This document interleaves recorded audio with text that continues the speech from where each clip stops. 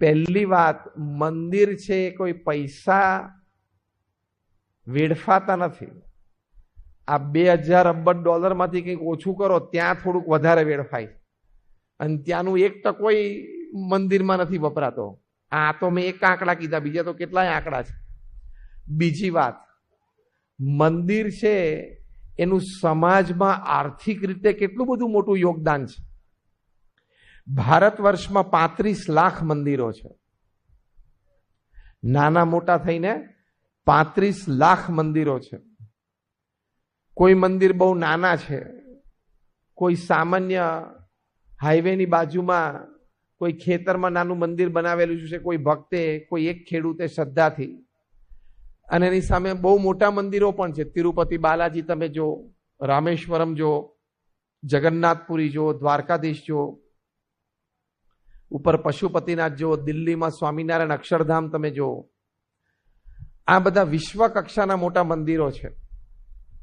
એટલે 35 લાખ મંદિરો જે ભારતમાં છે એની રેન્જ ફૂલ છે. From a small 1 room temple to 100 acres, 200 acres, 300 acres ઉપરના બધા મંદિરો છે.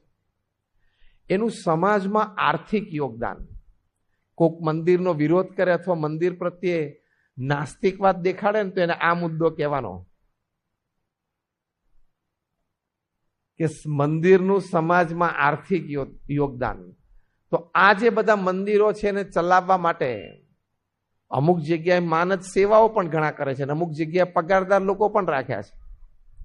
તો નાનું મંદિર હોય ત્યાં 1 કે 2 વ્યક્તિ હોય, પૂજારી હોય, કોઈ એકાદ સાફ સુફી વાળા હોય, બાકી આજુબાજુ ગામમાંથી કોઈ 2-4 જણા આવીને સેવાય કરતા હોય, પણ 1 કે 2 પગારદાર વ્યક્તિ હોય. અને મોટા મંદિરો હોય એમાં 800, 1000, 1200, 1500, 3000 લોકો પણ પગારે રહ્યા હોય. આ જગન્નાથપુરી જેવા મોટા મંદિરો હોય, તિરુપતિ બાલાજી જેવા મોટા મંદિરો હોય. એટલે તમે એવરેજ મંદિર દીઠ 10 વ્યક્તિને નોકરી મળે છે. 35 લાખ મંદિરો એટલે 3.5 કરોડ લોકોને ભારતમાં મંદિર છે એ નોકરી પૂરી પાડે છે. હવે તમે મંદિરનો વિરોધ કરો. લો, આપણે અહીંયા બેઠા છીએ બધા, તો આપણે શ્રદ્ધાળુ છીએ, આસ્તિક છીએ, અને ભક્તિભાવ આપણા હૃદયમાં છે, તો જ આપણે આટલો મોટો ઉત્સવ કરતા હોય. પણ આ તો જે નાસ્તિક લોકો છે બહાર, એને તમે આ વાત કરી શકો.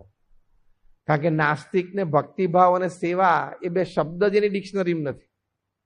શ્રદ્ધા અને વિશ્વાસ એની ડિક્શનરીમાં જ નથી. એટલે તમારે પહેલા આર્થિક મુદ્દો સમજાવવાનો, એટલે એની બુદ્ધિ ભેદાઈ જાય, છાતીમાં ગોળી ફોડવાની, એટલે બીજી આર્ગ્યુમેન્ટ જ ના કરી શકે. તમે એને આર્થિક મુદ્દાથી સમજાવો ને કે વોટ રોલ અ મંદિર plays in the economy churning of the country. Bharat દેશના અર્થતંત્રમાં મંદિરનો કેવડો મોટો હિસ્સો છે. તો એમાં પહેલો મુદ્દો આ છે કે 35 લાખ મંદિરોમાં 10 જ જણાની એવરેજ ગણો પગારદાર. મેં કહ્યું એમ, કોઈક મંદિરમાં 1 છે અને કોઈક મંદિરમાં 1000 પણ છે. 10ની મિનિમમ, થ્રો હવે લાસ્ટ ફિગર એવરેજ ગણો, 3.5 કરોડ લોકો એ દર મહિને મંદિરમાંથી પગાર લઈને પોતાનું જીવન અને પરિવાર ચલાવે છે. હવે આ મેં તમને વાત કરી ડિરેક્ટ એમ્પ્લોયમેન્ટની. Now let's talk of indirect employment. Indirect employment એટલે શું? કે સીધા મંદિર પાછી એને પગાર ના મળતો હોય, પણ મંદિરના લીધે એનો રોજગાર ચાલતો હોય. મંદિરની બહાર બેસીને ફુલહાર વેચતા હોય, મંદિરની બહાર બેસીને કંકુ વેચતા હોય, મંદિરની બહાર બેસીને નાળિયેર વેચતા હોય. આપણે જોયું છે ને, તમે ડાકોર જાઓ, જગન્નાથપુરી જાઓ તો આપણે બધાય જોયું છે. યસ ઓર નો? એને કહેવાય ઇનડિરેક્ટ એમ્પ્લોયમેન્ટ. એ લોકોને મંદિર પગાર નથી આપતા, પણ એનું ગુજરાન છે એ સિર્ફ ને સિર્ફ મંદિરના આધારે ચાલે છે. એવા તમે મંદિર દીઠ ફક્ત 2 જ વ્યક્તિ લો. આ બહુ હું કોન્ઝર્વેટિવ ફિગર રાખું છું, લોએસ્ટ થ્રો હવે લાસ્ટ ફિગર રાખું છું. મંદિર દીઠ 2 જ વ્યક્તિ લો તો 35 લાખ મંદિરોમાં 2 વ્યક્તિઓ મંદિર દીઠ કંકુ, ફુલહાર, પુષ્પ, નાળિયેર, નાળાછડી, પૂજાપાનો સામાન, બિલ્લીપત્ર જે કંઈ લઈને મંદિરની બહાર બેસે છે, અને એ દિવસમાં 100, 200, 150, 300 રૂપિયા કમાઈ લે છે. એવા મંદિર દીઠ 2 એટલે 35 લાખ ગુણ્યા 2 70 લાખ બીજા લોકો ભારતમાં એવા છે કે જેનું ગુજરાન મંદિરના આધારે ચાલે છે. એટલે 3.5 કરોડ અને બીજા 70 લાખ એટલે કેટલા થયા? 4 કરોડ ને 20 લાખ લોકો. હું તમને હજી ઘણી ગણતરી કરાવીશ અને આ ગણતરીમાં કોઈ ના નહીં પાડી શકે. સભામાંથી તમને કોઈને પ્રશ્ન હોય તો આંગળી ઊંચી કરજો, મારા આ ગણતરીને ચેલેન્જ કરવી હોય તો. પણ કોઈ કરી નહીં શકો, કારણ કે આ તથ્ય છે, આની પાછળ હકીકત છે, આની પાછળ વાસ્તવિકતા છે. ગમે તેવો નાસ્તિક હશે ને એ આ વાતને ચેલેન્જ નહીં કરી શકે. શ્રદ્ધાને, વિશ્વાસને, સેવાને, ભક્તિને કદાચ ચેલેન્જ કરે ના માને. Economic development of the country મંદિર plays a quite a big role. એમાં તો કોઈ ચેલેન્જ નહીં કરી શકે. મંદિરનો હિસ્સો છે જ. એક મોટી ઇન્ડસ્ટ્રીને પાછું પાડે ને એટલું મંદિરનું આર્થિક યોગદાન સમાજમાં છે. તો આ તો ઇનડિરેક્ટ એમ્પ્લોયમેન્ટ થઈ. અને આ ઇનડિરેક્ટ એમ્પ્લોયમેન્ટમાં બૌદ્ધા લોકો 70-80% લોકો એવા છે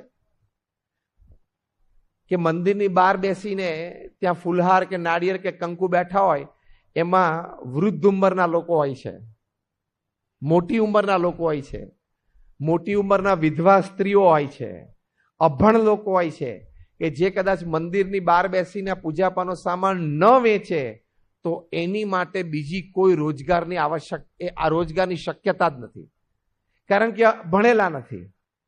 કોઈ 65 વર્ષના વિધવા બેન હોય, એ ભણેલા નથી, એને સંતાન નથી, અથવા તો સંતાને તરછોડી નાખ્યા છે.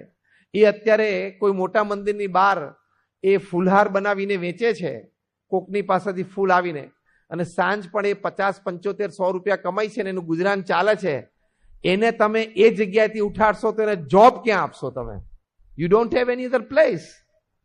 તો એ મંદિરનું યોગદાન છે. તો આપણે 4.25 કરોડની વાત થઈ. હવે ત્રીજું, હું આર્થિક રીતે, તમે કોઈ ચાર્ટર્ડ એકાઉન્ટન્ટ બેઠા હશો, તમે કોઈ ઇકોનોમીમાં સારી રીતે જાણતા વ્યક્તિઓ બેઠા હશો, સારા બિઝનેસમેન બેઠા હશો.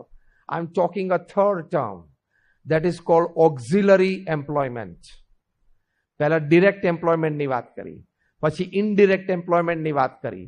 હવે હું વાત કરું છું ઓક્ઝિલરી એમ્પ્લોયમેન્ટ. એટલે શું? કે ખોંભડી ગામમાં અહીંયા કોઈને એવું મન થયું કે આપણે જગન્નાથપુરીની જાત્રા કરી છે, અને એમ કરીને એને એક બસ કાઢી. નહીં, ઘણી હોય છે ને ગામો ગામથી બસ નીકળે કે જાત્રા, ડાકોર દર્શન કરાવે, ત્યાંથી પછી આમ દર્શન કરાવે, એમ કરતા કરતા જગન્નાથપુરીની બસ કાઢી. અને અહીંયા ગામમાંથી તમે 50 વ્યક્તિઓ, 25 કપલ અથવા 50 વ્યક્તિઓ એક ગામમાં બધા ભેગા થઈને બસ કાઢી. એ બસ 4 નાઇટ હોલ્ડ કરતી કરતી જગન્નાથપુરી પહોંચશે.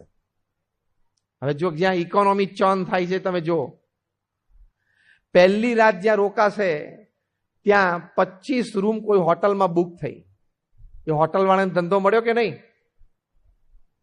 આઈ એમ ટોકિંગ ઓફ, જેમ લોકો બહાર વાત કરે છે ને પર્યટનની, એમ ધાર્મિક પર્યટનની વાત કરું છું. Religious tourism is a big adding to the economy of the country of India. Bharat દેશમાં રિલિજિયસ ટુરિઝમનો બહુ જ મોટો હિસ્સો છે. એટલે 4 રાતે જગન્નાથપુરી એ બસ પહોંચી.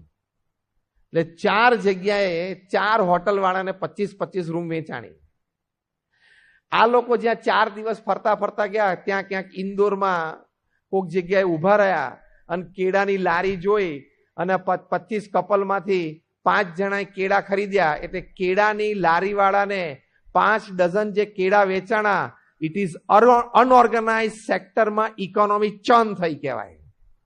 આ તો હું બહુ નાની વસ્તુ બોલું છું, પણ આ નાની નાની ભેગી થઈને કરોડો અને અબજો રૂપિયા થાય છે. Do you agree with me or not? એક કેળાની લારી ઉપર બસ ઉભી રહી અને 50 જણામાંથી ખાલી 5 જણાએ કેળા લીધા. હું કહું છું 3 કેળા જ લીધા.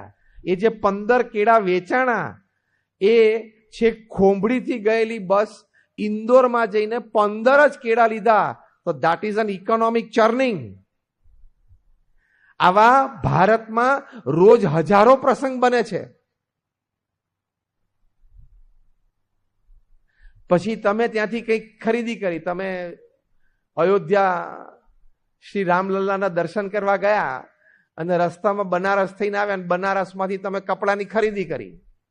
તો ત્યાં પણ ઇકોનોમી ચર્ન થઈ ને, ત્યાં પણ ઇકોનોમીમાં પુષ્ટિ કરીને તમે એવી રીતે પાછું વળતા થયું. તો ઓક્ઝિલરી એમ્પ્લોયમેન્ટ જેનો આંકડો બેસતો નથી, પણ એવું કહેવાય છે કે ઓક્ઝિલરી એમ્પ્લોયમેન્ટમાં પણ તમે ખાલી 5 વ્યક્તિઓ ગણો કે જેને આનો લાભ મળ્યો. પેલા 15 કેળા ખરીદાયા, એ કેળાની લારીવાળાને લાભ થયો. પહેલી રાત તમારા બસવાળાએ જ્યાં તમને રોક્યા ત્યાં હોટલમાં 25 રૂમ લીધી એટલે રૂમને લાભ મળ્યો. એ 25 રૂમમાં માલિકને કમાણી થઈ, એના લીધે એ રૂમ એ હોટલમાં હોમ હાઉસકીપિંગ સ્ટાફનો પગાર થયો. આખી એક ઇકોનોમી ફરે છે આમાં. અને હાઉસકીપિંગ વાળાને એ આખી વર્ષ દરમિયાન એ હોટલ સારી ચાલી એટલે બોનસ મળ્યું. એ બોનસમાંથી ઇન્દોરમાં કામ કરતો હોટલમાં માણસે એના ગામડે એક ઘર બનાવ્યું, એટલે ગામડાના નાના માણસને એની ઈંટ વેચાણી. એટલે ખોંભડીમાંથી નગર યાત્રા કાઢી, જાત્રા કાઢી, એની ઇન્દોરથી 100 કિલોમીટર દૂર ગામડામાં કોકનું ઘર બંધાય છે. ખબર છે તમને? કનેક્શન દેખાય છે કે નહીં? મારે ખાલી એટલું જ પૂછવું છે. તમે તાલી પાડો ના પડો એની જોડે મારો અર્થ નથી, પણ તમને આ કનેક્શન દેખાય છે કે નહીં? યસ ઓર નો? કે ખોંભડીમાંથી એક બસ 50 જણાની જાત્રા લઈને નીકળી, એમાં શક્યતા છે કે ઇન્દોરની બાજુમાં 100 કિલોમીટર દૂર ગામડામાં રહેતો એક નાના માણસનું એક રૂમનું ઘર બંધાઈ જાય ખોંભડીના પ્રતાપે ત્યાં. તો કેટલી મોટી વાત થઈ. નાસ્તિકને તમારે આ વાત કરવાની. એટલે તમે પણ ઘણા બધા લગભગ બૌદ્ધા બારગામથી ને પરદેશથી આવ્યા છો, મોટા શહેરો દિલ્હી બોમ્બેથી બહારથી આવ્યા છો. તમારા કોઈક મિત્ર તમને પૂછે ને તમે ક્યાં ગયા હતા? અમે ખોંભડીમાં અમારા સમાજનો મોટો ઉત્સવ હતો, ધાર્મિક ઉત્સવ હતો. અમારા ઈષ્ટદેવ લક્ષ્મીનારાયણ ભગવાનનો મૂર્તિનો પ્રતિષ્ઠાનો સુવર્ણ જયંતિ ઉત્સવ હતો. ત્યાં અમે સપરિવાર ગયા હતા. આનંદથી કેવું, ખુમારી સાથે કેવું. અને પ્રશ્ન પૂછે ને કે યુ વેસ્ટેડ યોર 4 days, તું 4 દિવસ ત્યાં ગયો તે બગાડ્યા, એની કરતા મુંબઈમાં ઓફિસમાં બેઠો તો તારે ટ્રાન્ઝેક્શન થાત. તેને કહેવાનું કે મેં આખા ભારતના લોકોને લાભ થાય ને એટલું મોટું ઇકોનોમિક ટ્રાન્ઝેક્શન કરીને આવ્યો છું. કારણ કે તમે બધા આખા ભારતમાંથી અહીંયા આવ્યા તો કેટલી બધી ટ્રાવેલ એજન્સીઓને પૈસા મળ્યા કે નહીં? જતા આવતા નાની મોટી ખરીદી કરશો કેટલા બધાનું. એટલે if you consider religious tourism as an industry, it is a very big industry.